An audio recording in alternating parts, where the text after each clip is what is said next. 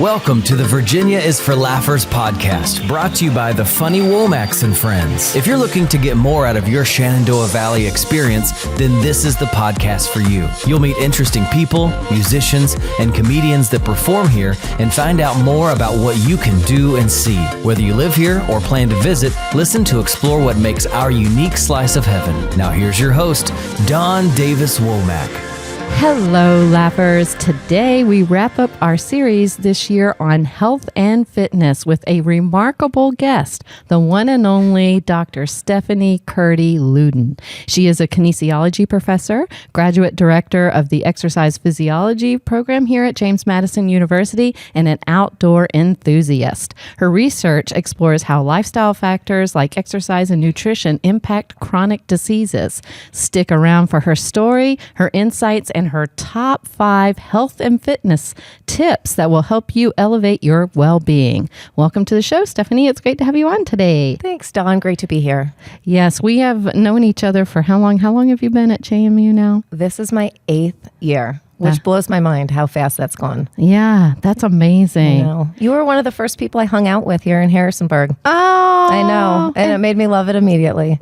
That's so special. I love you too. and we call her Steph for short. So yes, call me Steph, please. I'm gonna do that throughout the interview, so you get to know her too, like a friend. That's right. Yep. Contact me just like a friend. That's right. Yes. This is so exciting to me because I have just admired and respected you from afar in the work that you do. And my husband, is a JMU professor in kinesiology as well. And he has nothing but great things to say about your work and what you do. Oh, thanks. Well, I think the same of you guys and what you're doing in this community. I mean, Chris is loved at JMU by students and faculty, and you obviously are just building this amazing community. So I feel honored to be here. I really do. Oh, that's so exciting. I don't know much about your whole story, about what ignited your passion to get into all of this. So that's where I wanted to start, is just help us understand how you ended up here. Okay. Yeah. Oh, geez. It's so, thinking back, let's see. So, I was going to make a joke and start off with where I was born and then really go into depth. But I think I'll start off with around like college age. Okay, let's so go I could, or there. high school age. So I was a tennis player and athlete through high school. I had done a bunch of sports, but really had focused on tennis once I got into college. So I went to the University of Mary Washington in Fredericksburg, Virginia. I played tennis there. And while I was there, I started off as a biology major, and I thought I wanted to go pre-med. And ultimately, I was taking these biology classes and chemistry, and I was doing some shadowing in the hospital, and I just knew I didn't want to do that. So I kind of proceeded through the coursework, really just unfortunately, like a lot of students, just trying to get A's and not really thinking anything about what I really wanted to do. And it was when I took human physiology with a professor named Diane Baker. She was absolutely incredible and just really ignited my love for physiology. Fortunately, it was the first year she was offering an elective in exercise physiology. So I took that elective, and it was the first time really fire was lit, I think, where I was loving learning and I wasn't thinking about the grade. And that, after that, I loved it. Wow.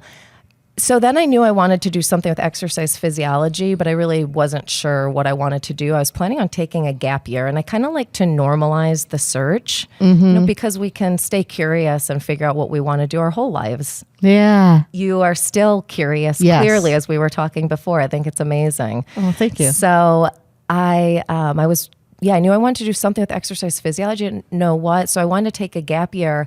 But I just, at the time, didn't have any money, and I wasn't sure I wanted to live back at home. So how I chose exercise physiology programs was applying by what had the latest deadline. And I ended up getting accepted into Florida Atlantic University. Yeah. And I think it's always, it's also setting ourselves up well for the next position or the next thing we're going to do, even if we're not sure what it is. We just want to do the best we can to set ourselves up for it. So I ended up getting a offer for teaching assistantship, which I think was one of the best things that happened to me, because I was able to teach at Florida Atlantic University, which funded my tuition. So you get tuition remission. You have to the pay. graduate assistantship. Yeah, Exactly. So you're not paying for school and you're getting a small stipend, but then I got to explore teaching. And that really was, now I got to figure out how to continue doing this passion of teaching. And I followed that. So I loved exercise physiology so much at the master's level. And I also loved teaching so much. So I thought, okay, maybe at this point I am okay being a teacher. So I actually had tried just teaching in a high school for a year. I taught advanced placement chemistry. Really? Yeah. Yeah, I taught advanced placement chemistry in high school. Did you like it? I found some value in it. I just, it just didn't resonate with me to teach at that level. And I realized that pretty quickly after the first year.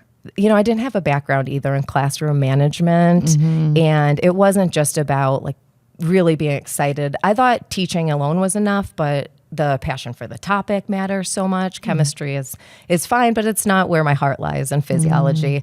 So I knew then after that 1 year that I was going to try to get back into college teaching. You can do that as an instructor. And actually, you did that here for years, right, as an adjunct. So I applied for all faculty positions or instructor positions at universities, and I got a call, a job offer after interviewing at Kansas State University. It was just a phone interview, so I hadn't even been there. I hadn't even been to Kansas. You know? Never. So I didn't mention I was born in Chicago. So it was Chicago, and then ended up, undergrad in Virginia, grad school in Florida, and then Kansas. Yeah, and then I'm gonna try Kansas. So I can remember driving into Kansas, and my parents ended up driving me there, and my mom actually was tearing up a little, when we were driving 2 hours with nothing around, and she said, I just don't know if you're, going to be okay here or be happy here, and you know me, I'm going to be able to make this the best decision that I've made, and if it ends up at any point feeling like it's not, I'll transition elsewhere. And it was the best decision. I taught actually anatomy and physiology for a year there. I ran practicums and internships. Wow. And it was so cool. And it was the first time I really got to see this really vibrant research culture. So I knew at that point I wanted to be back in it. And fortunately, I also met someone who's named Craig Harms. He ended up being my doctoral advisor. But once I got to know him, even more than his research, him and I just knew it worked so well together. So I said, I know I want to work on a PhD in your laboratory. And he took me on as a student. And then I ended up getting a PhD in a cardiorespiratory exercise physiology lab. That's great. Yeah, so cool. And then at the culmination of that, I was at another crossroads where I was writing a grant called the T32. It helps to fund another position before you go into a faculty position for a postdoc. Okay, I did not know that. Yeah, so I was writing it with a faculty at Anschutz Medical Center, and I was pretty sure I was going to be going and doing a postdoc there. And my advisor thought it'd be really good to get interview experience. So I had applied several places, but I was pretty sure I was going to do the postdoc. And then once I interviewed at JMU, you just get these gut feelings, this is where I want to be. Yeah. So I remember when I got the offer at JMU and I talked to my advisor about it, he's so good at fostering, this sense of independence, but he does also give really good direct advice. And he thought the postdoc would be the way to go because I could then come to a place like JMU, and it might be harder to go to JMU than go back and choose something different. And it just was a time I just completely knew in myself I needed to be at JMU. And I am in my 8th year here. That's amazing. Yeah, that's long. That's amazing. Now, and there are laughers that listen to this podcast around the world. And of course, not everybody is in academia. So I know that people that are in academia understand completely what a postdoctoral fellowship is and what that's about. Can you just give us a little, for somebody who doesn't even know what that means, can you just give us some context about what a postdoctoral fellowship is, how long does it go, and a little bit more elaborate about the benefits of doing one. Yeah. Well, so I didn't do a postdoc. I can say from you don't have to. You don't have to. Yeah. I mean, so if you end up wanting to go, JMU is a research 2 or R2 institution, and based on how much research dollars we bring in, if you want to go to an R1 where you're bringing in a lot of research funding, a postdoc, I think, in most fields, at least in sciences and physiology, is advised. Okay. Because you're really getting these extra years after you do a PhD to get, it's a pathway to independence. So you're focusing on your writing, you're focusing on your research, and it's still under the advisement of a PI, which is a principal investigator. However, it's not where it's this interim between a PhD and a full faculty load. So you're not going to be having the same teaching responsibilities that you would if you're in a faculty position. So it's a time when you can really develop your skills, learn a new skill, get a lot of writing done, try to get grant funding, and then apply to faculty positions. And in some places, in some fields, even in physiology now, people do 1 postdoc or 2 postdocs. They'll do 2? Yes. I don't think I've heard of that before. Yes, I've seen it. Okay. I mean, it can be where you choose 1 and then you want to learn extra skill sets or do extra clinical work, so you do another one. I see. And they can be anywhere from 2 years to more. I'm not sure. I don't know the longest postdoc out there. Oh, wow. If someone does, put it in the comments. Yeah, exactly. Someone will Maybe be like, it's you. You can let us know. Yeah. Someone like, this is my 20th year, my postdoc. But yes, it's meant to be eventually you would transition into, faculty role or another position. Yeah. Research 1 institution. I believe Michigan State's one of those, right? It is. As an example. And even here, UVA is. We collaborate a lot with them. I love JMU. The responsibilities here, we still have a lot of opportunity to apply for funding, but we don't have to keep our jobs. We don't have to do that. Yeah, it's really good. Yeah, I'm glad I don't have to do that to keep mine. Like, think of the pressure. I'm serious. To say kudos to all of you that are doing that work. It is to have to say, if you don't get $1 million grant in the next 5 years, you actually are not going to get security in your job. I think it's and then those funding rates are 5%. That's a tough pill to swallow. It is. And yet some people, based on how they're built, thrive in those environments. That's right. That's right. So you got to know you. You have to know you. That's exactly right. And I think a lot of people who end up doing postdocs, they either realize, or even PhDs, it helps you realize where you want to be. Do you want to do that, or do you want it could be built else? For that specifically, and That's right. Then you should do it. That's right, exactly. It takes all kinds, and there's a place for all kinds of people. I love that. Can you share some key findings from your research on how lifestyle factors like exercise and nutrition influence chronic diseases? Sure. So I really do. I'll just kind of put this out there too, that I really have 2 lines of research at JMU. One is in this area of nutrition and exercise and the influence on chronic disease risk, or biomarkers that are associated with chronic disease risk.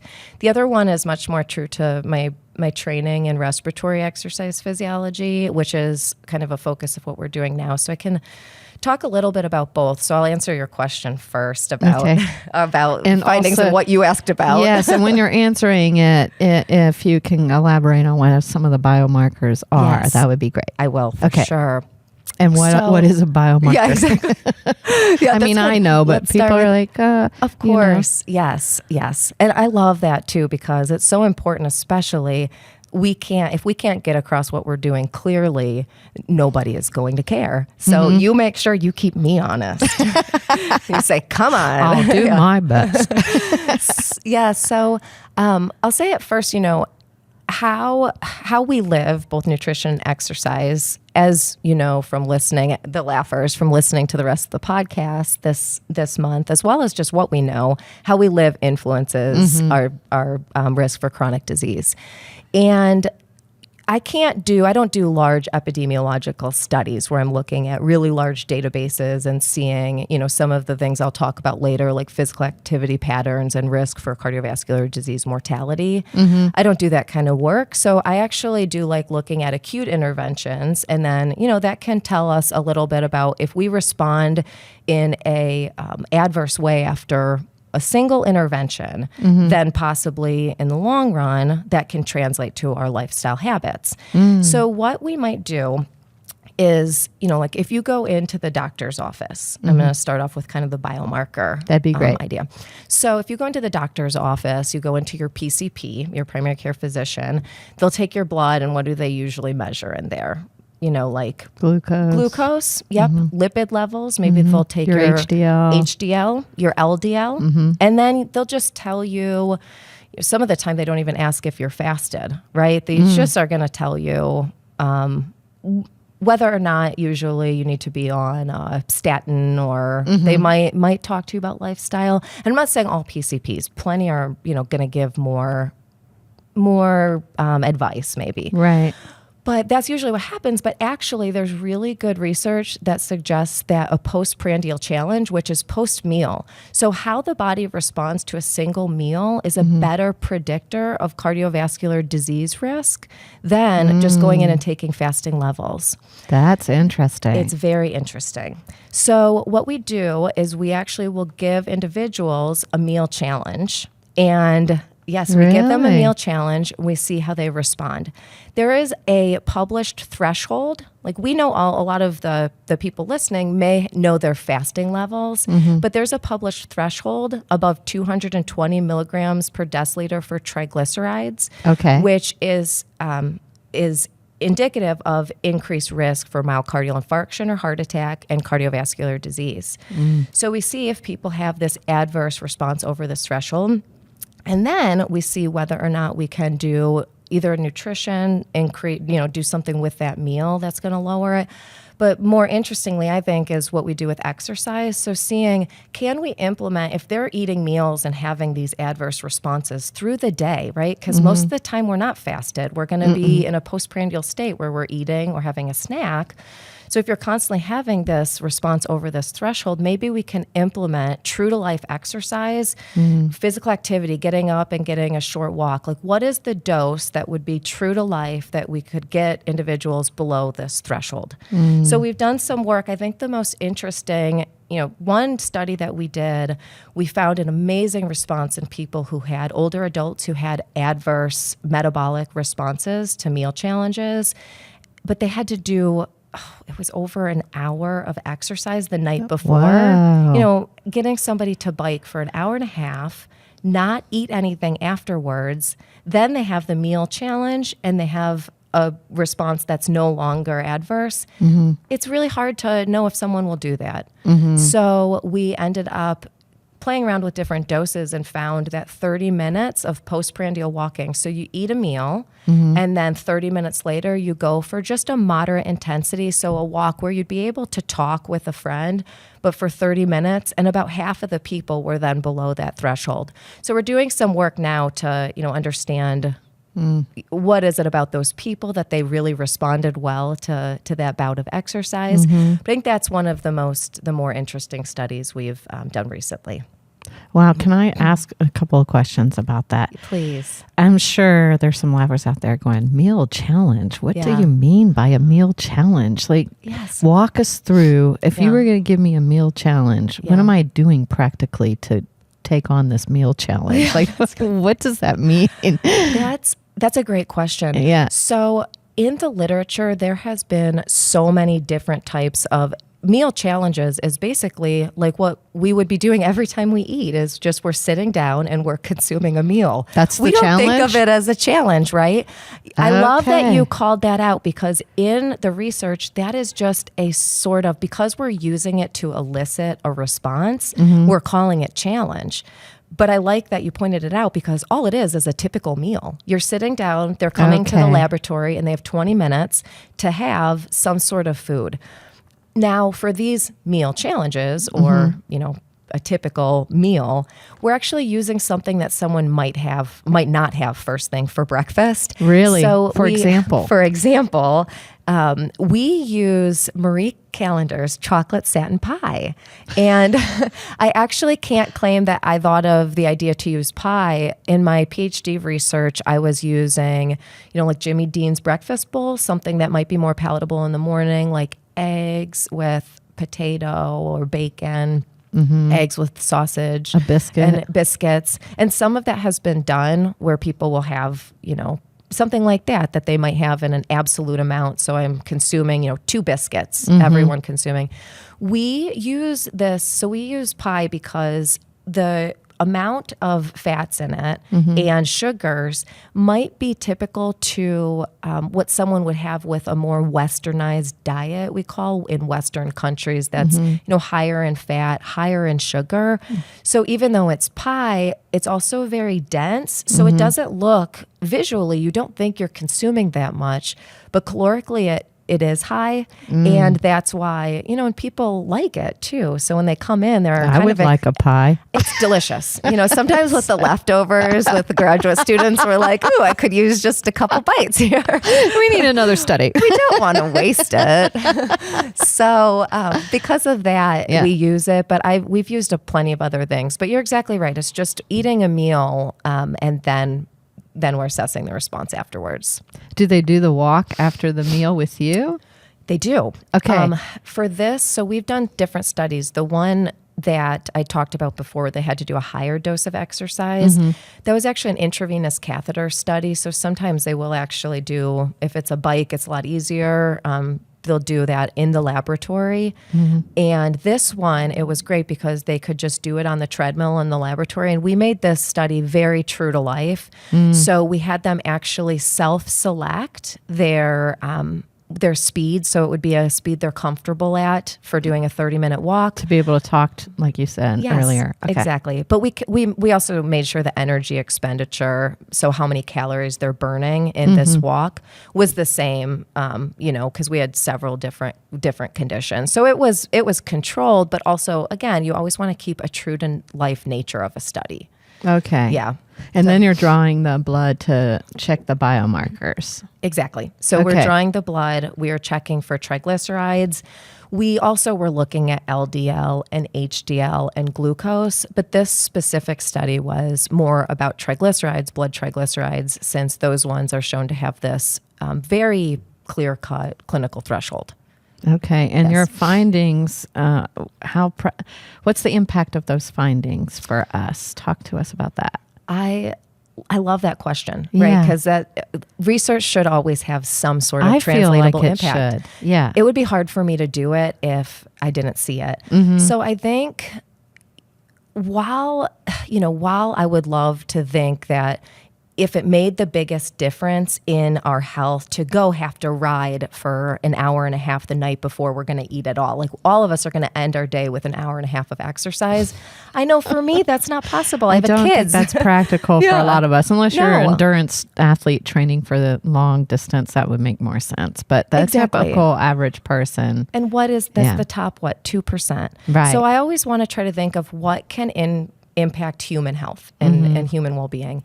And I think the translation of these findings is that, and it's actually sort of my first thought about health tips, is that something is going to be better than nothing. Yes. And there's a low, 30 minutes even, we're actually doing another study where we're trying to break it up throughout the whole day, and we're seeing really amazing pilot results of breaking up that 30 minutes into smaller chunks. Can it actually have really good metabolic outcomes on these, levels throughout the day as we're continuously eating throughout the day?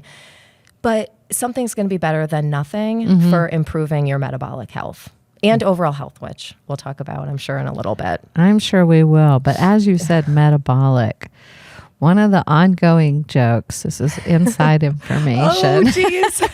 Well, it's not going to be very inside anymore, Dawn. Not at all. I know. Is that Steph loves the metabolic cart.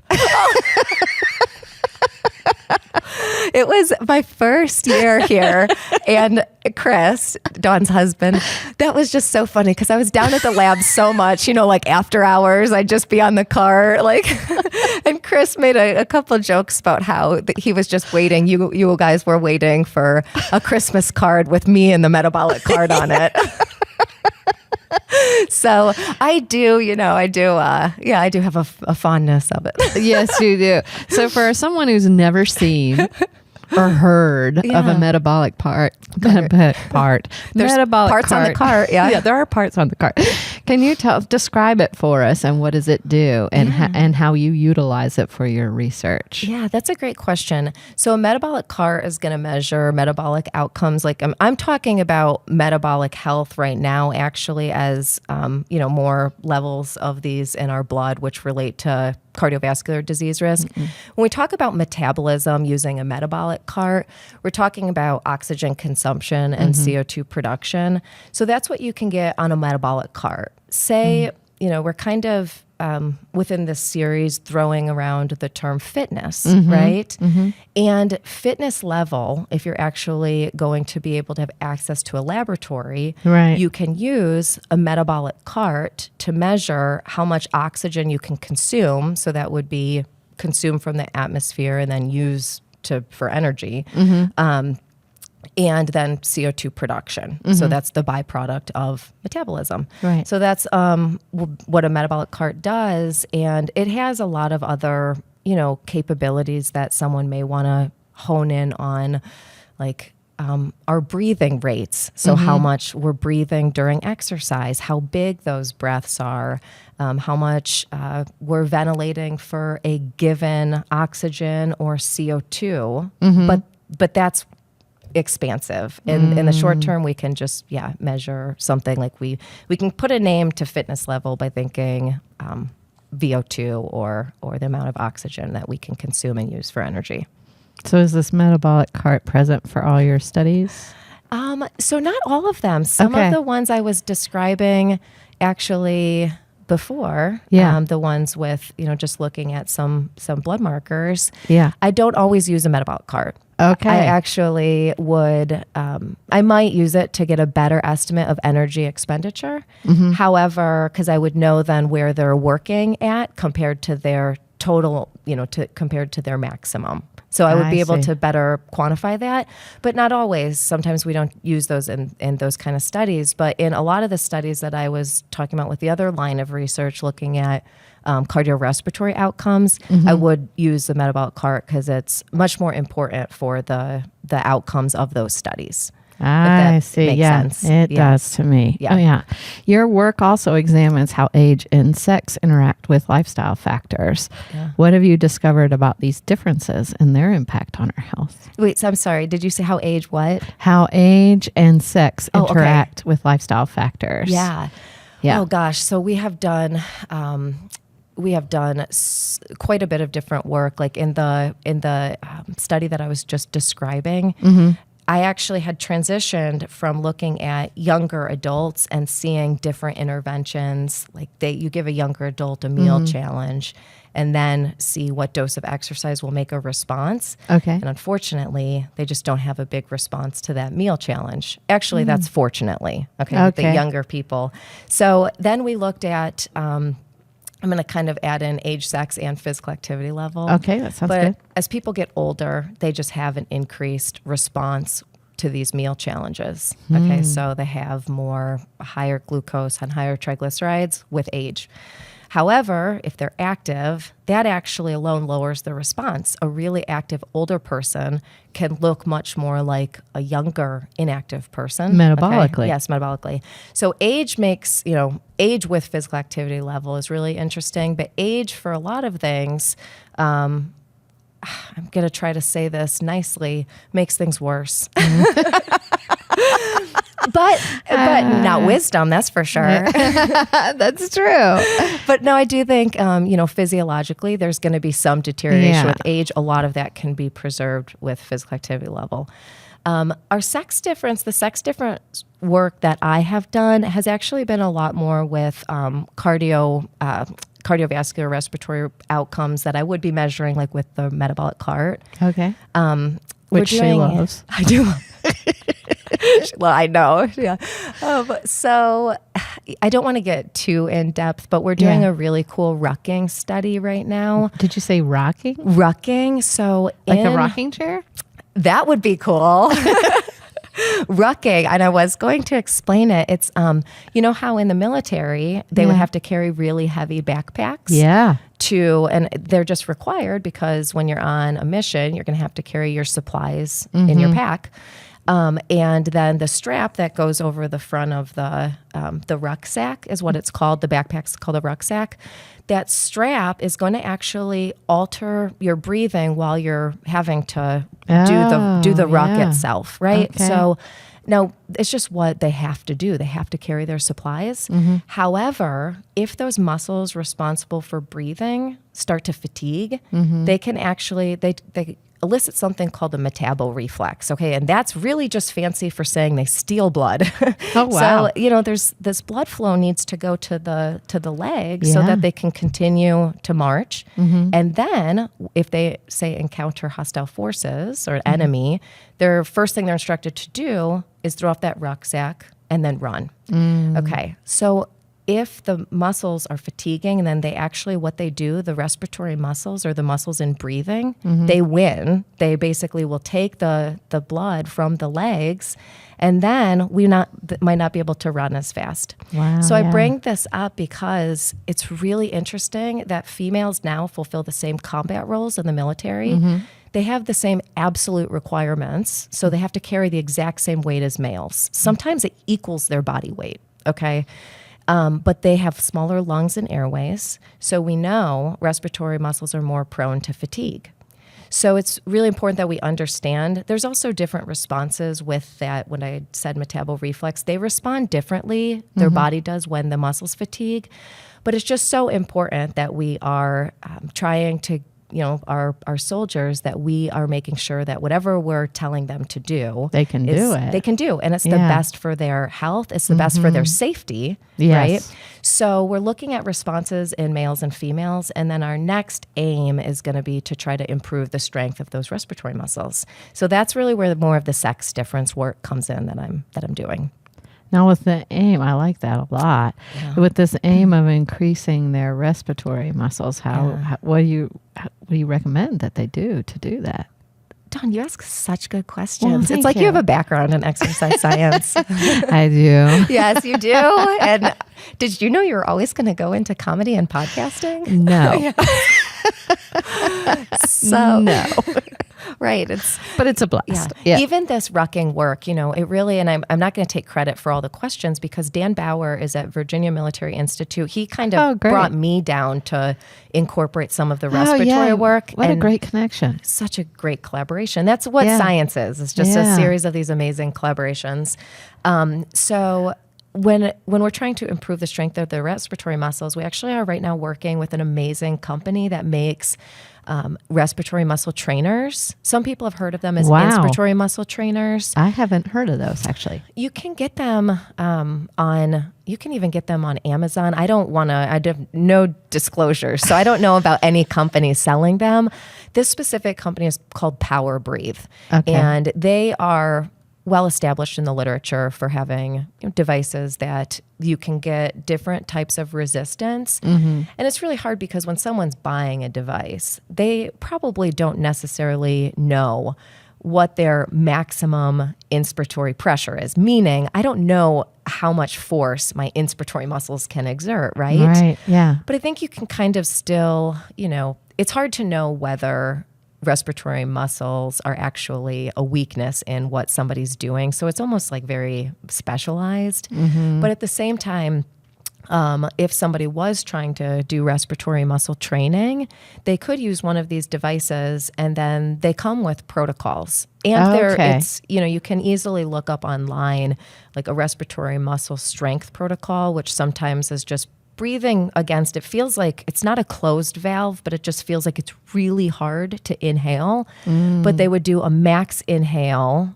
completely filling up their lungs for a certain amount of time or for a number of reps, just like we would do in the gym. But you're doing it on an actual trainer built for generating a certain resistance.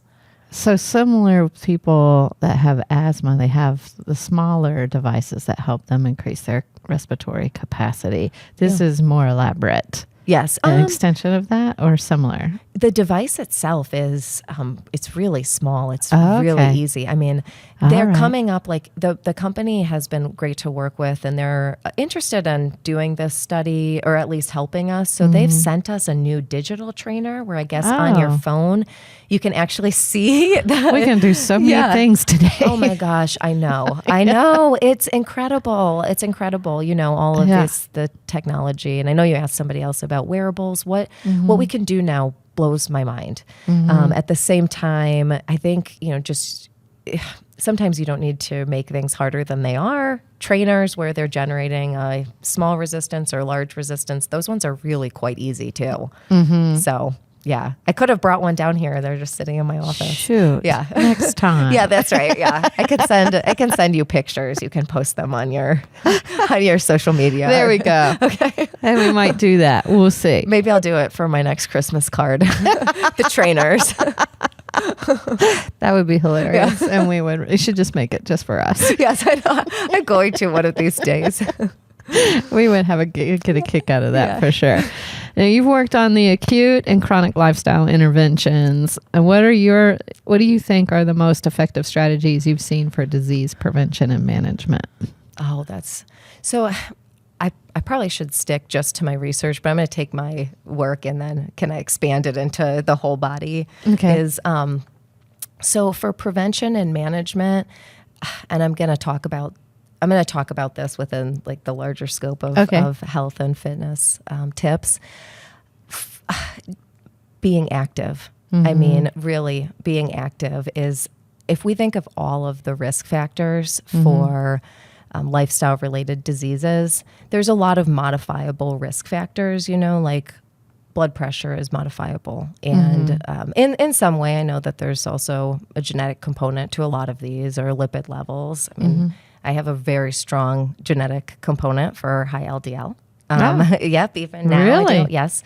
That's kind of surprising. It is. Yeah. And I know you know my mom, and you see how active and lean, and she had a quadruple bypass in her 60s. And same with my grandma. And so, I'm very diligent about it.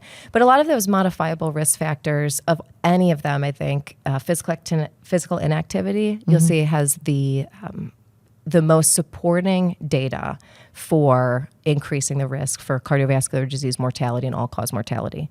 So, translating these findings of acute studies and seeing how much even a single bout of exercise can do, now make it a lifestyle, okay? So figure out a way to add activity or exercise into your day. Yeah.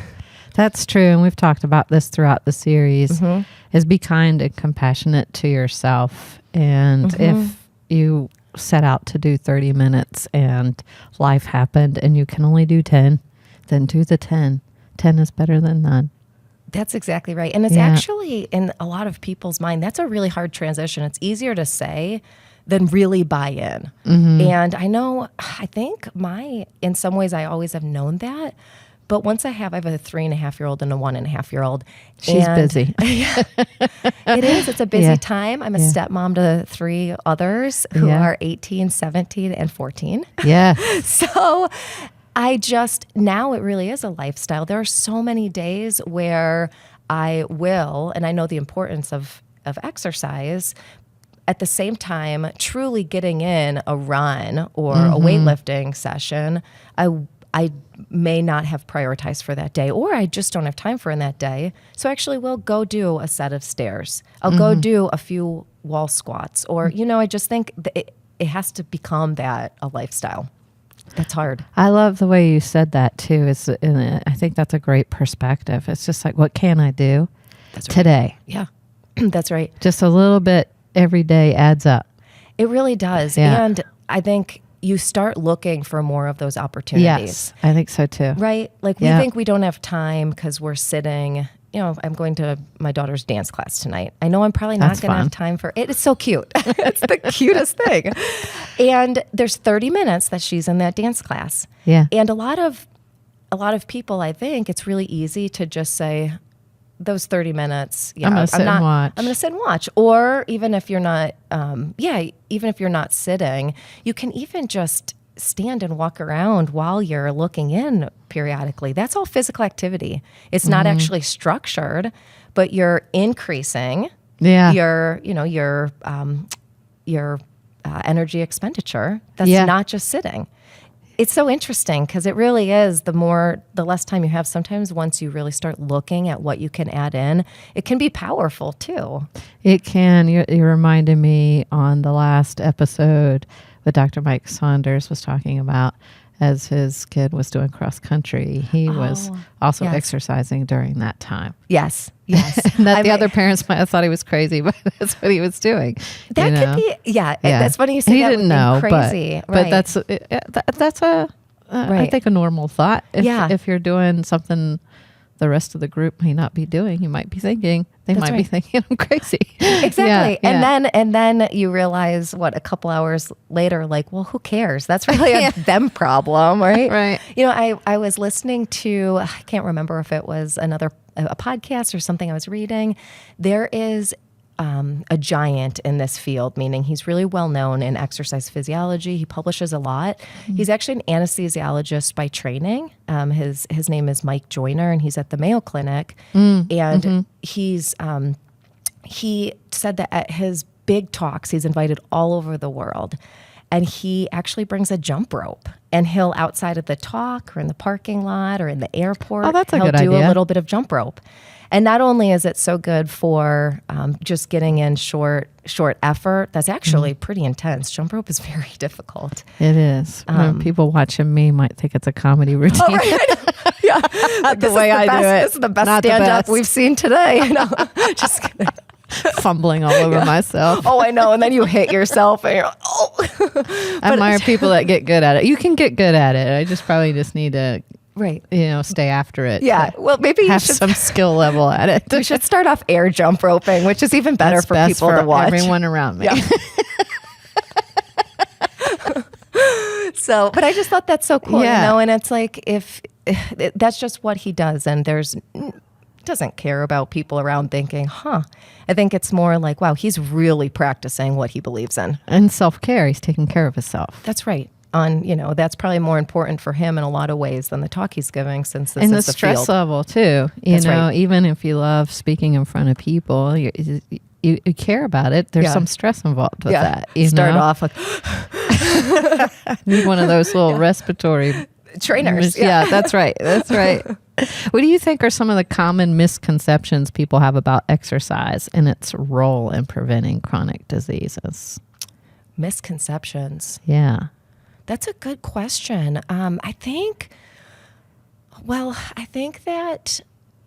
maybe people believe at first, at least, that it can kind of come in waves based on where you're starting at. Right. I think maybe people believe that there's more, that you have to do more than you actually have to do for any reduction in risk. That is a good point. I like that you bring that up. So, and I say this, I'm kind of conflicted when I say this, because I do know the benefits of more activity and of a higher fitness level, and I believe in those. But at the same time, I present data the first day of my fitness assessment class that shows that from just being inactive to starting to be active is when you see the largest benefit in some health-related outcomes and reduction in risk. And then as you get more active and you can actually increase fitness, you'll see more reduction in risk. But I think sometimes when people think about starting exercise, it's kind of hard to wrestle with a lifestyle change that they might not want to do. So they just think, well, that level is so high that I'll accept where I'm at. When ultimately it really is, actually, if you can start being more active, you're going to start seeing the reduction in risk, and that's just going to beget more activity. And you're going to feel better, and you're going to want to do more. That's right. And it'll overflow to all aspects of your health. And I talk about that, Yeah.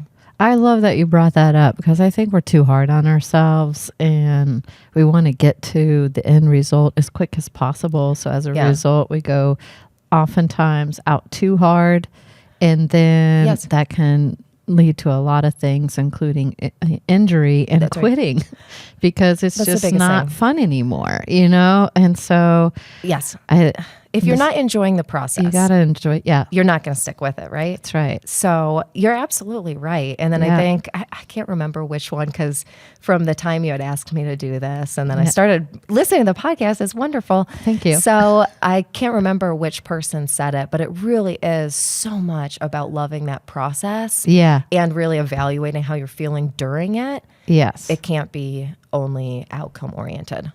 I actually think that might be the other funny Womack, my husband. Oh, that's awesome. I think so. I knew I liked him. He's got great advice, if I may say so myself. I think so. Yeah, you want to become the person that wants to exercise versus the person that's checking it off their list and, That's right.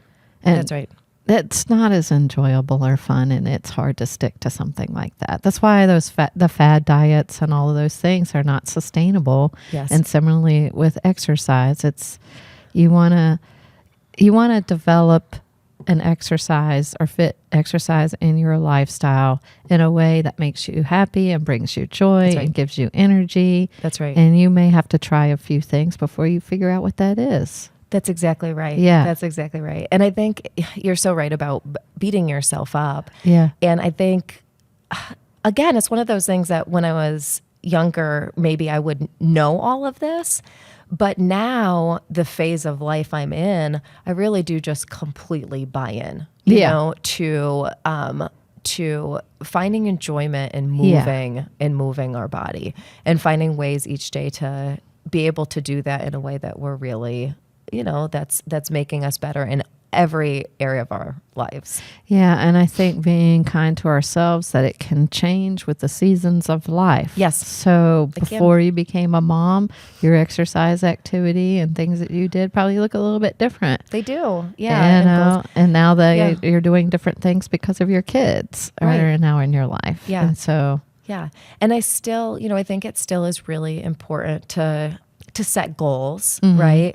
But the way you can kind of think about those goals doesn't have to be, okay, if I don't do something that I had planned on doing this day to reach my goal, like that's okay. It's okay. And there's a lot of days, this phase of life that we're in is beautiful, but it also comes with a lot of unexpected illness, and we're having to be really adaptable. I mean, we have so many calls from daycare about, they have a fever today, and it looks a lot different. So, if that day then is going to be, okay, I can do, this amount and it looks different than the plan, there is no part of me that feels like that is a means failure, right? Yeah, no. And I think it's really important that to have a healthy relationship with how we view exercise, we feel like that. I agree. I couldn't agree more. For someone just beginning their health journey, what are the first steps you recommend for incorporating this exercise and healthy nutrition into their lifestyle? So they're just starting? Yeah, they're just starting. Okay. Or restarting in my case. So, that's beautiful too, because I'm sure you've done, you know what you want to do. Yeah. And you have the tips and the drive that you're gonna do it. Yeah. And we all are at some point going to go through those phases with an injury where we are restarting, or a different goal where we are restarting, right? So that's just the cycle of life. Yeah. And in some ways, I don't have a major fitness goal right now. So when I do, I'll be restarting, So it's hard, because if someone is starting, would this person be starting from maybe not exercising at all? Not exercising at all. Okay. So not exercising at all, as well as nutrition. So I'm not a dietitian, but I can say just what I truly like, my ethos is here. Oh, that'd be great. So not doing it at all, I think start looking at your entire day. Okay. And look at maybe what are, potential barriers for you in the past with having done more. Right? So like you are right now not exercising, and there's probably a reason for that. Is it something that it's truly because you haven't found enjoyment in? Is it, so do some evaluation of yourself before you're going to think about a change. And then identify the barriers. So like for me, I shouldn't admit this on air. I don't like showering. I like showering at the end of the day. I don't like going into like my classes. Some people work out right in the middle of the day, and then they don't mind not showering before class. And I think for some females, it just can take longer to get ready. So for me, like barriers in the day would actually be having to do exercise and then figure out when to work in a shower before I might teach. So just like looking. You like to do it after? Yeah, I like to do it at the very end of the day. Okay, and that works for you. It works for me. Yeah. So I think but it's also personal. So identify barriers before and like what has prevented this activity or this lifestyle change, and then start working with those. So actually write it out. Do the exercise of writing your barriers. Why haven't you done it before? Is it that you felt like you're too busy? Now, are you making this lifestyle change because you've gotten poor news about health, right? So just, I think writing out your barriers and then figuring out a way and a really actionable way to get started. I think saying right away, it's okay to say I'm going to run a marathon in a year, right? Like, or I'm going to run a marathon in a few months. But I think, like you said, a few months, depending on where we start. Yeah, depending on where you start, indeed. I wouldn't recommend doing a marathon in a few months if you haven't done anything. But some people will do that and then be so intense about a plan, right? Goodness. And that is maybe harder to actually maintain than if you start figuring out where in the day can you work in exercise. Like, for example, when we got here or when you came in with the equipment, we had two opportunities to go up and down stairs, and we did that, right? Even though it was kind of a pain to carry all the equipment. It was extra. I thought, this is great. It's extra steps. It's extra steps. So I think some people actually, once they're identifying some barriers, now we can easily try to figure out in our day where we can work in more. Okay. And then I think just starting there. And the same thing comes from nutrition. I did some work. I didn't mention this in my PhD. I had this amazing experience, and I think partly because of I'm so curious. I collaborated a lot with a nutrition consortium. It's just a nutrition center that does research, and they, so I'm not a nutrition researcher, but I think a lot of times when people are trying to get started with nutrition changes, they get lost in the details without actually focusing on the fundamentals. Most people know how to eat healthy, right? Like we know plants are better than chips. Right. We know an apple is going to be better than a donut. Yeah. And there's so much nutrition information, but I think actually there's way more ways to have a nutritious diet than people believe. So I think, trust in the fundamentals, eat more plants. This is one of my health tips. Is really, if you trust in these fundamentals, that's how I would say is get started before you get lost in all of the details about, this fad exercise or fad diet. So those little lifestyle changes actually are forming the entire base of your pyramid. That is the power, I think, in getting healthier right there, is making the lifestyle changes versus signing up for a program, a fad diet. It's very hard to sustain that. And there's a lot of research and evidence out there that the yo-yo dieting, you can end up gaining more weight than before, and now you have a bigger challenge, and it's just a never-ending cycle. And it feels bad, right? It never feels good to be on those kind of cycles. I think so much of what we're talking about with true lifestyle changes is like our relationship with it. So our relationship with exercise and physical activity, if we completely buy in, it's going to feel, like just moving is going to start feeling natural and feel good. It's the same thing with food. If we have a healthy relationship with it, then it's going to start just feeling better, even when we're eating the things we enjoy, That's right. Yeah. It's coming down to choices. And that doesn't mean you can't ever have a donut or pie or chocolate or anything else. Yeah. That's all. Moderation is key. That's right.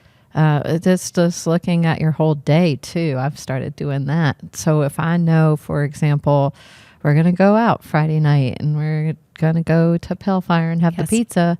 Maybe for lunch, I'm going to have more, protein and veggies. That's right. And same thing for the morning, so that I have a greater capacity in my caloric intake for that day to have fun when I go to Pale Fire and eat my pizza. And I think it's so important too. Absolutely. And I love Pale Fire's pizza. I love it. I highly recommend. I just, and they didn't pay us to say that. No, no conflicts of interest. And, I think too, because especially having a 3.5 and a 1.5-year-old, I really want them to have a nutritious diet, but also a healthy relationship with food. And if we have mac and cheese now, they love mac and cheese. Not too many kids don't like mac and cheese. Yeah. But I will try to offer up several fruit options and vegetable options. And same thing with Pale Fire. I mean, I guess not too often, would you maybe get a side of steamed broccoli, but maybe you could do like a side salad and then have less of the pizza, which usually it's like a pretty, you can split that. And I just think it's, if we can kind of do this where we're not saying, oh, I had pizza, so I failed in my diet. That's not a good relationship. That's not going to lead to, I think, long-term changes that will be the best for us. I agree. And for those laughers that are not familiar with Pale Fire, because you may not be in Harrisonburg, it's in Harrisonburg. It's a brewery. Yes. It's a lot of fun. They have great pizza. Yeah. Actually, I've met a new group of, most of them are moms with kids similar ages. Okay. And we are starting a book club because that's what cool moms do on Friday nights. And we're going to do our first one at Pale Fire. I'm like, this is awesome. So we'll see you in there next Friday for book club. There we go. And we'll say hi when we come eat the pizza. Yeah, exactly. That's right. I will be having pizza and probably a beer. I have a question for you personally in your career. What challenges have you faced as you have done all this work? What are some of the biggest challenges? Oh, that's a good question. Yeah. I mean, this is in some ways low-hanging fruit. To me, the biggest challenge has just been I'm so passionate about this field and about teaching. I love research. I love mentorship. So I love all of the aspects of my job. Coming to work is a treat. I mean, I really do. It's like they have that saying that if you love work, if you love work so much, you'll love what you do. You'll never work a day in your life. I have a friend who says that all the time. You know what's so funny is Mike Saunders always makes fun of me that I mess up every saying. So I had to mess up one on a podcast. Oh, and by the way, laughers, we are at James Madison University, and there is some sort of class. No. It sounds like a bunch of male athletes. It does. Out there. I'm hearing hoorahs, and maybe it's the ROTC. Actually, maybe it is. Maybe it is. So that's what you're hearing if you hear that. Very excited about their workout. Very excited about physical activity, perhaps. It does sound kind of military. It does. It does. Yeah. And I know they had a few. We were actually over there recruiting. They had a few things coming up. So maybe they are. So anyways, I just love the work that we do here. Yeah. And because of that, time just doesn't feel like it's enough. And before I had children, I know I could work at home, but now I have also this conflict. I don't want my kids to see me on a computer or phone from the time it feels like very few hours from the time they get home from school till night. And lately I feel like, have my computer out a couple days a week. And that actually is creating some, I don't know, I would say a little bit of guilt. I just really try to be intentional about shutting it off. So time is just really difficult because I know at the end of my workday now until they go to sleep is not work time for me. So I have to be done with the day when I leave. But I also have so many things I want to do that it's really hard to have the very best classes that I can have and, do the best I can with mentoring students through their theses, which is, through their student research projects. And writing. So that's juggling the time of parental and family responsibilities with the career. Yes. So you're overcoming it by setting some boundaries, I see. That's right. With turning off the computer and the phone so that you can be present with your family when you're with your family. That's right. Okay. It's I think most people have this issue with lifestyle changes as well as time is at least reported as the it's largest a commodity barrier. for sure. It is. Yeah. And there's so many things that we want to do. So we really have to prioritize what we want with that time. So I found to be continuing to get better at that. But that is the biggest challenge, is just within a work day, getting everything done that I really want to do and figuring out what to prioritize. There was another saying, Dr. Saunders, Dr. Mike Saunders, that when you're juggling a bunch of balls, you have to figure out which ones are rubber and which ones are glass. So which ones are going to fall and then they'll break, and then which ones actually you don't need to get done at that minute because they're going to bounce back up. That's good. So yeah, sometimes I've realized that I can just want to do things that are more like rubber balls, but actually those things are not the ones that need to get done the most. So I'm learning, and I actually, as I just took over as the grad program director this fall. Congratulations. Thank you. It's a time that we have a lot going on. We're having major changes in our curriculum, and we just had this review of our whole program where external people came in to review it. Mm-hmm. So figuring out what things have deadlines, like things that we just previously this semester and last semester had to do, versus what things actually I just want to do could be postponed a bit. So that's a challenge, but it is a challenge, but you're getting through it. That's right. And we're all learning. What else would we be doing if we're not learning? Yeah, I think sometimes too, the challenges that we face will oftentimes help us really grow as a person and learn more about ourselves. For sure. I mean, even this podcast, I've never been on a podcast, and I thought, my initial thought, one, was about just time, because we have, a search going on, and we had just gotten over a lot of illness, which I thought it was a little bit ironic too. Like, I was so sick when I was going to be talking about health, but I knew it was something that would like stretch me a little and maybe make me a little bit like uncomfortable in a really good way. Yeah. So I think that's actually what you said is really resonates, because I now more seek out those opportunities than I would have before. Yeah. And you'll find oftentimes that you get past the challenge, it'll be like, that wasn't so bad. Right. Yeah. Maybe I'll love it so much, I'll be hitting you up every week. Hey, you need a guest? No, just kidding.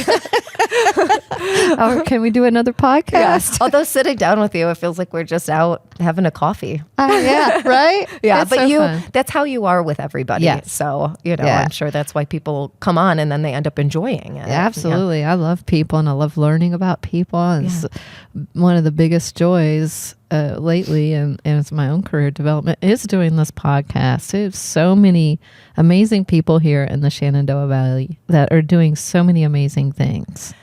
I think, I heard this somewhere. Yeah. Curiosity is the biggest compliment.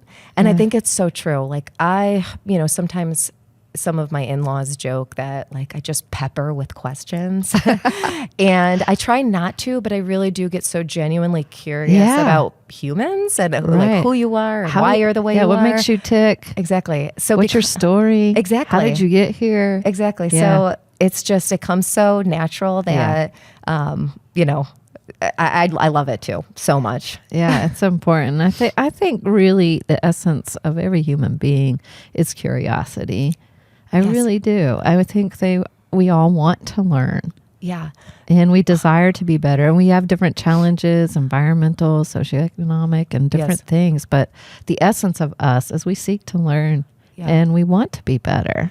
And I think what you just said is really what I try the most in mentorship to do, is get students really excited about being curious rather than having anxiety about the outcome, because they're so scared about where they're going to end up that they're not being really excited about the curiosity they're feeling in their process. Like, hey, let's say this is an example from last year, but somebody just started in class talking about blue zones, and these are these areas where in the world people are living over 100 years old, like kind of this dense geographic area. Mm-hmm. It's like, hey, I just saw you get so excited about that.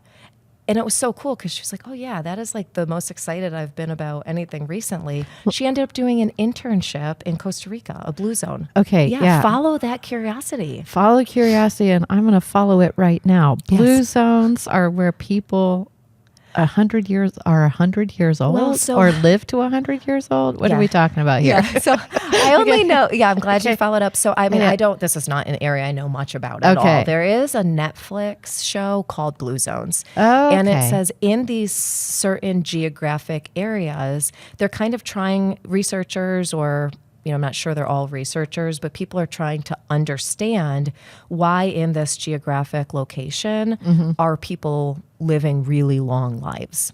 Interesting. So okay. It's very cool. And some of it, they focus on nutrition in the region. They had a region in Italy that was one of the most people had the very highest physical activity into old age. That's because great. Just their infrastructure, a ton of steps and stairs and, the walking that they had to do.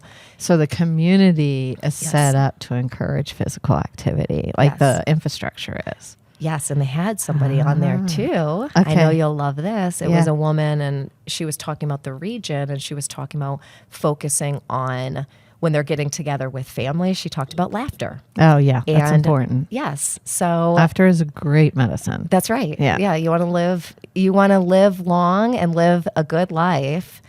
Be happy and laugh a lot. That's right. And you can even burn calories when you laugh. Yeah. Exactly. Not a ton, obviously.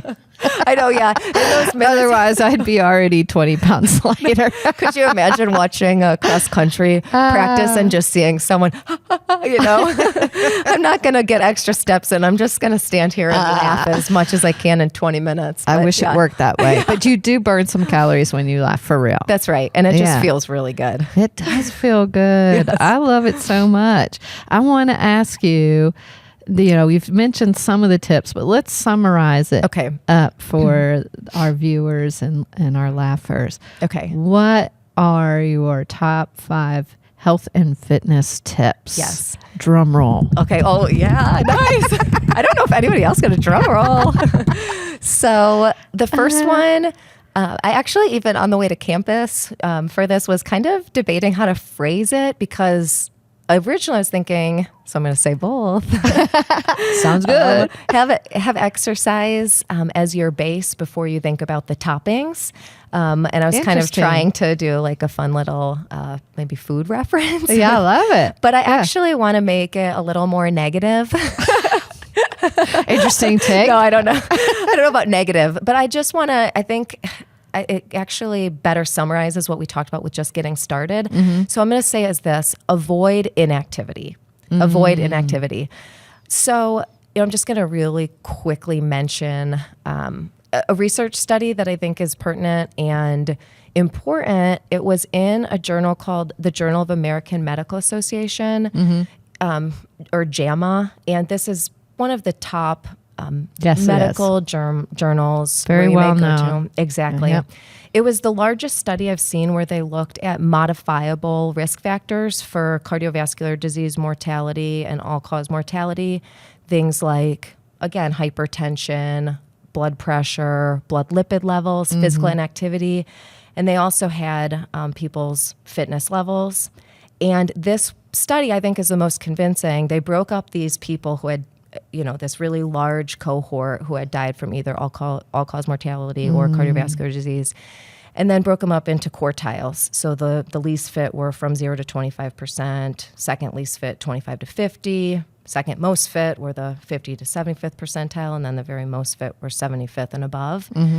And the very least, so the least active people who were virtually not doing anything, had 5 times the risk of all-cause mortality and cardiovascular disease mortality. That equaled something like 400% greater risk. But it even was from the 0 to 25% who were really low, virtually doing nothing, to the second most fit was like 2.75 times the risk, ended up being like 140 or 150% greater risk if you're that low compared to even being, you don't have to be the very most fit even. Yeah. And it was like that with each group comparison. And what's so convincing about the data is that they actually looked at all of those other risk factors I talked about, blood pressure and lipids, smoking, and physical inactivity was the best predictor, was the most over all of those, over all of the others. Wow. There's some physiologists, exercise physiologists, who would argue that it's the most important modifiable risk factor. So that's the first one. And I don't want to sound, I actually think it's kind of positive, hopefully, rather than negative, to say avoid inactivity. That's what you meant by negative, is the avoid word. Yes. Got it. But it really is, and you talked about someone just getting started, it's that data. Now, to get to the highest group, now we may need to start focusing on actually not just moving, but moving in a way that's really going to bring our heart rate up. So within the avoid inactivity, you could start getting more, it's not even nuanced, but more specific. Like start, now that you've made it a lifestyle, start incorporating things like strength training. Okay? Start incorporating exercises that are going to increase your heart rate. But that's a good first one, is avoid inactivity. That's a great tip. That's your number 5 or number 1? Which way are we going? Oh, we can say number 1. I mean, I think of this as a horizontal. I really do. Yeah. Oh, yeah. All right. So we're on the same page. Instead of a vertical scale, I mean, I think of it as they're all this really all almost equal. But that one, since, this is our field, I think it's, Okay. So number 1 tip, avoid inactivity. Yes. Number 2. This one I've already mentioned, so it'll be quick too, is eat a nutritious diet. Focus on the fundamentals before getting lost in the details. Oh, that's good. How many people, now what I hear, and I hear it not just from friends. I don't have a TikTok or an Instagram, but I certainly am working with students whose lives are on there. And what they ask and what they share is really sometimes tough to stomach, because I know it's hard for younger people not to buy in, and even older people, I'm sure. How often even we have a friend who's, had amazing results on a keto diet. Well, if you don't enjoy eating that way, if that doesn't work for your lifestyle, there's just so many different diets that can work for somebody. And so I guess what I'm trying to say is that, if we know the fundamentals, then a lot of different things can work for different people. And it doesn't have to get into these details that really are not going to make something work at all or make it sustainable. Or give you stress. That's right. I mean, elite athletes, that's a whole different ball game. They have to get very meticulous and, that's right. Pay attention to the detail about grams and that's right. of all the different carbohydrates and fats and proteins. But I think for most of us, the fundamentals is a great way. If we focus on that, we can improve our nutrition by a lot. That's right. Yeah. And, I'm not a dietitian. Right, so right. I know Dr. Akers was on the show, and we've collaborated, and I have worked, I try to get nutritionists or dietitians on projects because I don't have the expertise. I think that's wise. Yeah. But at the same time, I do look in the literature enough, and I at least feel like this, and this is, maybe it eventually will come to bite me, but how I'm feeling at this current moment is it's a lot easier to discern effects when looking at the exercise data, that being active is going to reduce your risk drastically for cardiovascular disease or metabolic diseases. With diets, if you're looking at risk for diseases, or looking at risk for all-cause mortality or cardiovascular disease mortality, different diets, it's so conflicting. There's so much different... Lots of different information, conflicting information out there. Yeah. It's so hard to discern different effects. Because of that, I truly believe that if you adhere to it and it's nutritious, it can work. And so that's, I think, just really important because so much is out there with this topic. I think so too. And while we're on it, before we move to tip number 3, if we can just kind of summarize in your point of view what those fundamentals are. Oh, I like that. Yeah, of course. Yeah. So eat more plants. Okay. So eat more vegetables and eat more fruits. If you're going to choose, you can do whole grains for, compared to, if you're trying to choose between brown rice and white rice, you can choose brown rice. I think eating nuts and seeds. So those things, like for me, incorporating more plants is that really works for me and what our lifestyle is.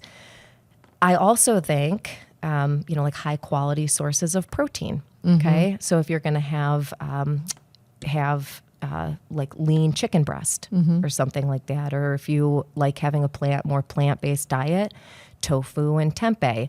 So I think a lot of times there's just these things we go into the store and we know. I think it was also Chris who was saying, like if you shop around, not in the aisles and around, it's kind of a general rule of thumb.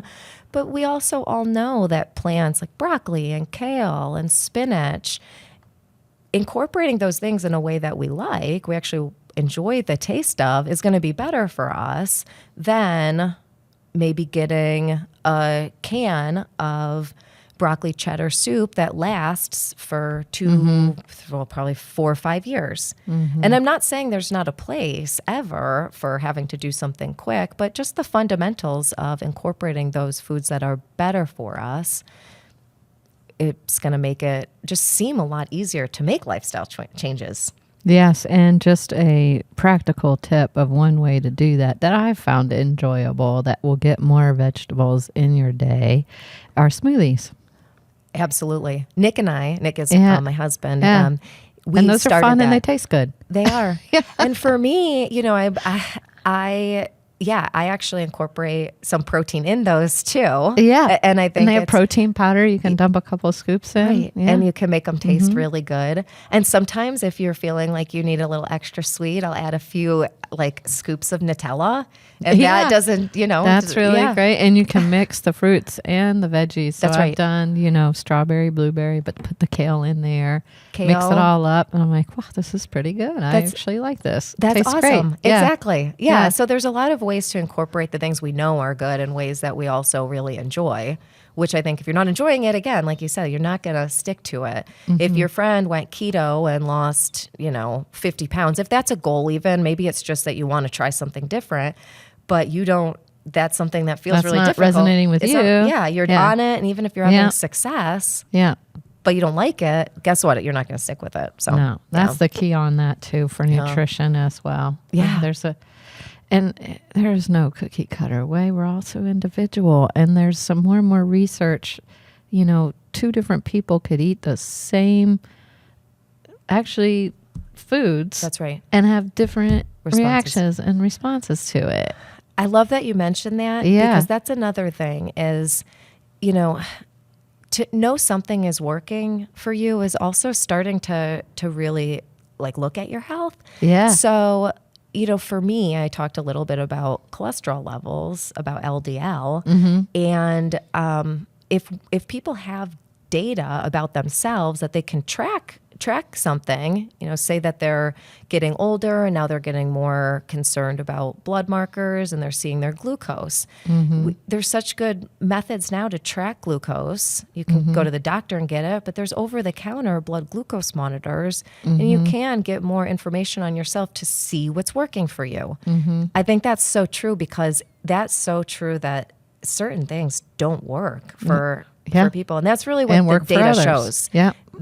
And that's why it's so hard to discern effects. I don't believe there's any very best diet. I really don't. So I'm sorry, Dr. Akers, if you disagree. You're the expert, but I am just going off of what I have read and believe. So, you got to find what works for you. So that is number 2, right? Yeah. So number 3. Number 3. This one is one I think you will enjoy. Oh, I like it. I'm going to say that, I'm debating how to say it. Mental health is the cornerstone of overall health. Yeah. So prioritize mental health. I just think all of these, especially like exercise and mental health and exercise, they have they have so much overlap. And I think, but mental health just in general, we should always be working to feel better about, I'm trying to think of a good way to say it, but our place in the world, because I don't know if you can really value a health span. Health span we think of as, so health span is the total amount of years that you're living healthy in your total life. And I guess a physician would say that it's years that you're spent free of disease and disability. But I think it might have been Mike Joyner. It was somebody, I can't remember. It might have been Peter Attia, who's someone who does some really good medical and physiology podcasts, all sorts of things. But I think he said actually how it could be viewed as your amount of years that you can enjoy and engage in the things that you want to throughout your life. So the healthy years that are, free of disease and disability. Yeah. People wouldn't be so passionate about living long if you weren't really enjoying them. And for me, enjoying them is really, if you feel good about your place in the world and you are, and that comes in so many forms. It has to be what works for somebody. It could be meditation, it could be mindfulness practice, it could be journaling. I think it's really important to be playful and deepen social connections and have friendships that are deep. So, I didn't just go with fitness because I think that there's so much overlap with fitness and physical activity and anxiety and depression and other goes both ways, but mental health is critical. So I had to have that on there. Yeah, I think, I don't remember which previous episode, probably with one of the counselors we've interviewed before, but there's a book out there called The Body Keeps Score. Yes. And that's how trauma is stored in our body. And paying attention to our mental health and improving our mental health actually helps us release those traumas. Because when they're stored in your body can actually lead to chronic disease. That's right. I listened to another podcast with Ellen Lanker. She is she's a psychologist, and she actually is a professor at Harvard. Yeah. She's called the mother of mindfulness. Oh, really? But she has a book. What's her name again? Ellen Langer. Okay, Langer. The podcast was awesome. And she actually went as far when you talk about some physiological responses. I'll say this just really quick because I think the listeners would be really interested. They did a study, and this just shows how we feel can influence what happens so much. In our body. It's very connected. Yeah. It's all connected. Yeah. So they had people, this is such a deceptive study.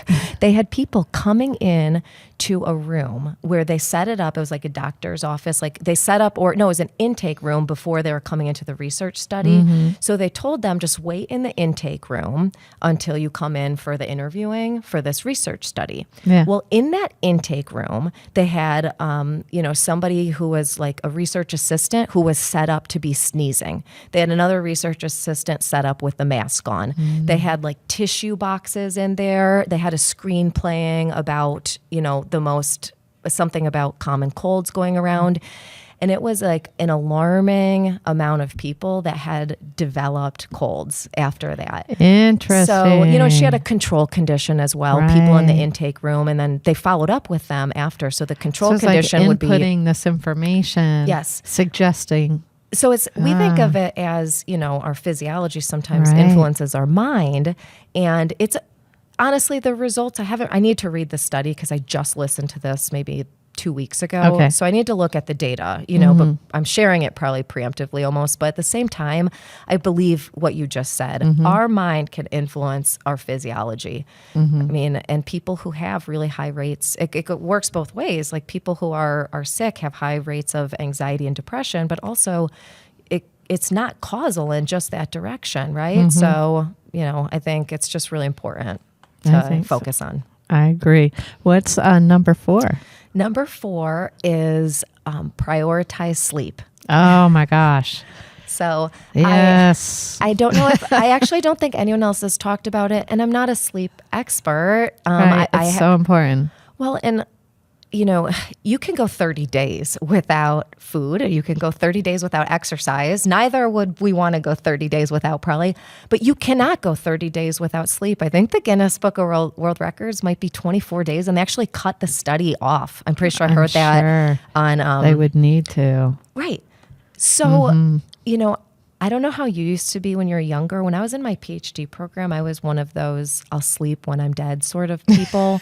And it's what you think you can outrun, the only one of the few things everybody needs to do. And you need to do it to be able to actually engage in the physical activity you want to. You need to do it to have good mental health. Yes, and, you do. So I think aiming for 7 to 9 hours of sleep seems to be kind of this magic window, and it has to be sleep that's actually quality sleep. Like you're not just laying in bed for 8 hours, and that can be an issue in itself, but yeah, prioritizing sleep.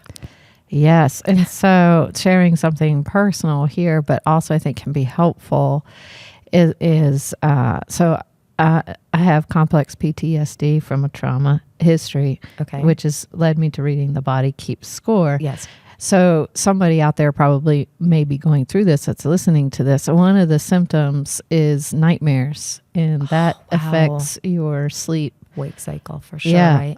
Tremendously. Yeah. So improving your mental health actually helps you heal. Yeah. And I don't have the nightmares that I used to have by spending the time on my mental health. And so my sleep is now better.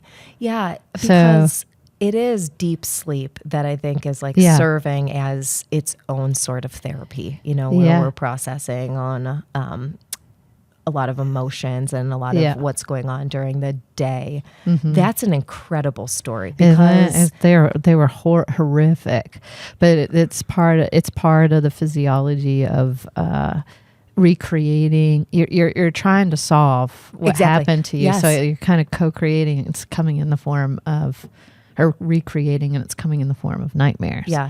So once you start getting to the root of what happened to you, and you start processing it, and you start integrating that, and you can get to a point where you're experiencing post-traumatic growth, which is what I'm going through right now, which now I can sleep. Yeah. But amazing that you are doing that work. Yes, you have to do the work. Not exactly easy, but to anyone out there, friends, it's totally worth it. It's not as bad as you think it's going to be. Yeah. And the beautiful thing about your brains, just like ours here, is it has great capacity for neuroplasticity. Yes. Which means... That's so true. You may have been through years of things, but your healing process will be much shorter, and I can guarantee you that as my own personal testimony. That's awesome. Yeah. Yeah. It was so good to hear too, because related experience is a lot of times what also can, drive changes, and it's not always easy to sit with that yourself. Right. So that's awesome. That's why you don't want to touch it, because it was painful the first time around, which makes you hesitant to talk to somebody about it, because you feel like, I don't want to go back there. Right. But the way over is through. Yes. So that's one of my favorite sayings. It actually is. And it really is. And I think if you just really buy into that, then the long run is, there's light at the end of the tunnel for sure. Yeah. And then you have new ways of being, and you feel so much better. So if someone's listening going, I don't know if I should go to the therapist, I don't want to talk about this, go talk about it. Yeah. Right. Yeah. I mean, there is something too. And I think, therapy is incredible, but even just engaging in dialogue, there's like, for us, this feels so natural. Yeah. And we're connecting. Yeah. I think for some people, just like, it's very difficult for them to engage in dialogue about how they're feeling and about, things that'll actually lead to improvements in overall mental health.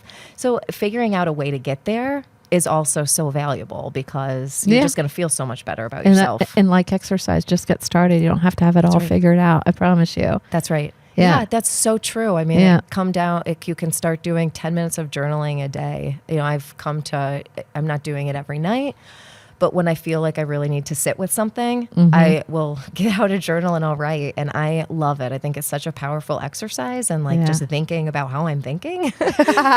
And so that's been really great. So prioritize sleep. Yep. So we've had, I think we're on our fifth one. And this one could be quick, or we could just go off for another hour. But I think with all of these, it kind of culminates into enjoyment. So find enjoyment. Yes. You have to find what you enjoy with physical activity. You have to find what you're enjoying with food. You have to find how you're getting healthier mentally.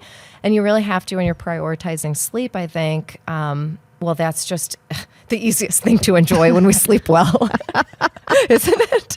It's pretty cozy. I feel so good about the day because I slept so well. And you have energy. That's right.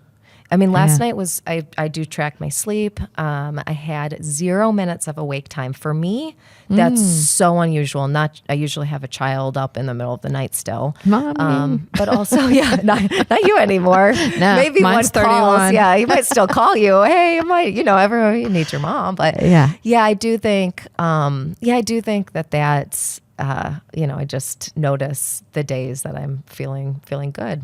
And 0 minutes of awake time is very rare for me. Yeah. So enjoyment, yes. Just find enjoyment, and that's what's going to lead to changes that you may want to see, is by finding the things that you enjoy. The things that you enjoy doing to be physically active, nutrition, how you eat, find ways to enjoy that. Find ways to enjoy mental health. Maybe that'll be coming to a comedy show because you feel good when you're laughing with friends. What a great idea, Steph. Yes. Come to a FWAF show. A FWAF show. This podcast is brought to you by FWAF show. Yeah. Funny Womax and Friends. That's you right. are the AF in FWAF. Yes. So all you AFers, come to the show. I love that. AFers. And that is a great way to do that. But not just comedy. We have, in our community and lots of communities throughout the world, there's live music. That's right. Yeah. There's things that you can do. We have a great adult improv troupe here called Rocktown Improv. Yep. I believe they perform first Fridays at Court Square Theater monthly. Yep. I mean, there's tons of things. There's Paint and Sips, and there's... Oh, I know. On our podcast, there's tons of different things that couples and people and individuals and friends can do. That's right. So just get out there and connect. Yes, and connect. Yeah, in a time that people are so disconnected, find a way to truly connect. Face to face. Connect. Yeah. Yeah. Connect with people, connect with nature. Yes. That's a really good one for I didn't mention mental health, but get outside. Yeah. I mean, this is a podcast about all things non-hiking. So yes. There's nature. Right. Off the hiking trails as well. Oh, for sure. That's, with limited time. How you might have to enjoy it. That's right. Yeah. Those are great tips. Okay. So as we wrap up here, how can the people, the laughers, follow you on social media or otherwise to connect with you? So, I would love if anybody wanted to reach out. That would be wonderful. I can shield any questions or, just talk. Connect. Big on connection. So, yes, my email is Kurti, KURTISP @jmu.edu. And that's the best way to reach me. Okay, great. That was a lot there. So Just gone forever. It's a long email, but I love it. Anyway, but we will make sure if you are driving or working out, anything like that, we will make sure that we have her email in the show notes for you. So you can just go grab it there and connect with Steph. That would be amazing. I want to thank you for joining me today, Steph. This is sharing your story, your insights, your top 5 tips. This is an incredible conversation. Yeah, this was so fun. It was so fun. Thanks again for coming on the show. Thank you. You're so awesome. And also, if you missed the other 4 episodes in January on health and fitness, then you need to go back and listen to those. They're chock full of information to help you elevate your fitness this year. We got some awesome content coming up, but I want to thank you today for tuning in and spending time with us. You're amazing, and I am glad that you are part of this journey. We're just going to keep on creating more and more content to help you and as many people as we can get more out of their Shenandoah Valley experience, whether they live here or visiting here. It's a beautiful place, and it's an honor to share it. So don't forget, if you love this, to like, share, and subscribe to the podcast so you can catch more of those episodes. And lastly, and most importantly, thanks for tuning in today, laughers. Out of all the podcasts out there, you picked us, and we think that's pretty darn special, just like you. Until next time, keep smiling. Bye. Thanks for tuning in to this episode of Virginia is for Laughers podcast, brought to you by the Funny Womax and Friends. We'll be dropping a new podcast every Wednesday, so check back for another uplifting episode. Come to a FWAF show or let us bring one to you. To find out more, head to thefunnywomax.com. Be sure to share this podcast with a friend, and until next time, cheers.